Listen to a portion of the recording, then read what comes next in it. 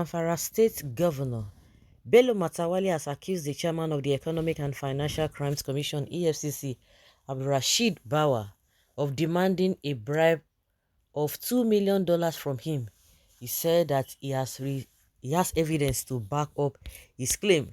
In an interview with BBC Hausa service, which was also reported by leadership, Matawali alleged that Bawa could not be trusted and that if he leaves office, people will know that he is not an honest person. It should be recalled that on Wednesday, Matawali had called for Bawa's resignation, claiming that the EFCC chairman has questions to answer on alleged corruption. In his response to Matawali's allegation, Bawa said that if Matawali had evidence against him, he should bring it before the appropriate authorities, adding that he had nothing to hide. Matawali said that the EFCC boss is claiming that he has evidence against governors and challenged him to show the world the evidence he has against those at the federal level, also, not only the governors. He said it is not just to always blame governors, it is not only governors who have treasury.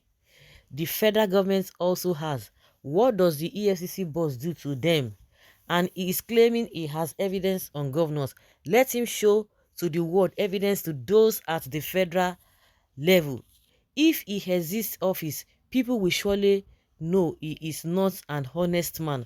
I have evidence against him. Let him vacate office. I am telling you, within 10 seconds, probably more than 200 people will bring evidence bribes he collected from them. He knows what he requested from me, but I declined. In addition, Governor Matawali said he requested a bribe of $2 million from me, and I have evidence of this. He knows the house we met. He invited me and told me the conditions. He told me governors were going to his house, but I did not. If I don't have evidence, I won't say this. Hey, okay. But I don't know. Of course, the EFCC has not really directed his accusation against or towards the governor of Zamfara. I think the governor or the Bawa, the EFCC chairman, just spoke generally that you know what, all these governors, I have evidence against them. I will do this, I will do that. But this man quickly jumped into it because he didn't call you specifically, but he just quickly jumped to counter him. Maybe he had seen the handwriting that he will be among the people that Bawa will expose, the EFCC boss will expose. That is why himself has come out to say, before you could see Jack Robinson, I'm going to tell the whole world what, or the stuff you are made of, the caliber of person you are as well. And also, why is it that it's only the governors you are going to be talking about? What about the so people at the federal level? And that is the problem. When you have a president who has the power has been, too much power has been given to the president who will appoint all these people. Now they are trying to extend it. We are extending it to the three arms of government. Now that the executive, who happens to be the governors and the president, are the ones who are supposed to be separate. They are the executive. They are supposed to be, on their own, to be at the separate arm of government, and the judiciary and the legislature. But unfortunately, that is not what it is. Now they are trying to shift it. Of course, people will tell you that the judiciary also, that the government of the day is always having influence over them. Now the legislatures, they are the one that will talk, or appoint the leader, which is not right. So if all of those ones are dead, then what do you have to say to EFCC, ICPC, custom, education, this and this and this and that, to police the army officers and what have you? It is the president that has the rights, according to the constitution, to appoint those ones. So tell me how they are going to work independently. Tell me, how would they? Because they have an edge over them. So they will not want to do anything that will hurt them until all of those things are not there, whereby the president will not have so much power to be appointing them. At least maybe we'll be able to get it right. But no matter what, no matter how the so-called president or the leader will be so nice, when it comes to some issues, if you are the one that employ the person, even if you don't say anything, the person will want to cover you up. And that is why this country is just the way it is. So now there's a counter and counter accusation. Now he said the EFCC boss asked him to pay $2 million.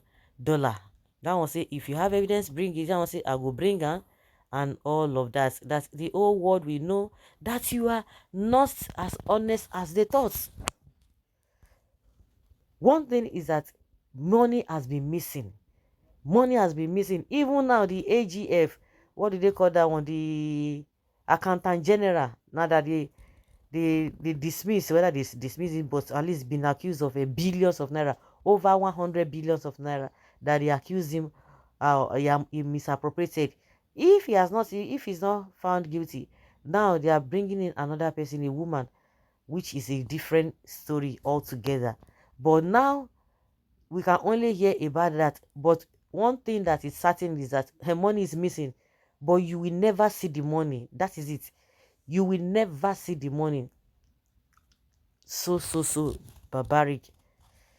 Nobody can kill or damage the bright future of Bawa, who always who all youth in Nigeria look up to. You can play your policies, but not to bring the good reputation of this young man Bawa to nothing. The Nigerian youth are behind him. You better believe that. But if evidence come out, wetin you go say? Human beings are insatiable with what they have. So think before you talk. Don't talk before you think. Just the same way Abakari too. They raise him, they praise him to high heavens. But at the end of the day, we see all the kurukere movement when he do. So, and again, who told you that the so-called youth are behind him? Really? For Matawale to say this, the EFCC boss should step aside for proper investigation, or better still, be suspended from the presidency.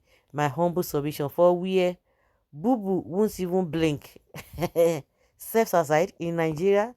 Oh, come on. Talk another thing. Nigeria make it step. That one, I know they talk that one. EFCC is now house of corruption.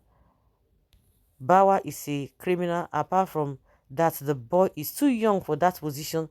Buhari only puts him there so that he can control him as a small boy. Bawa had not experienced in job. He should be jailed for corruption, just like that. Okay, I'm too sure if na you did that position, you go chop and finish. You can't the yan or pata the yan point. The young man goes nowhere. Those old bags must be flushed out. Bawa was recommended by the Attorney General and Minister of Justice Abubakar Malami Baton. So it is Malami that is controlling him and cornering the process of recorded money, cars and houses, and not Buhari controlling Bawa. And Buhari himself knows nothing. I don't believe Matawali's story. These are cries of drowning of a drowning man. He would rather sink with everyone. Nigeria chop and chop country, always jamboree for the elites, and getting away with it because of paddy mentality. What a rat race. Yes, it is a rat race.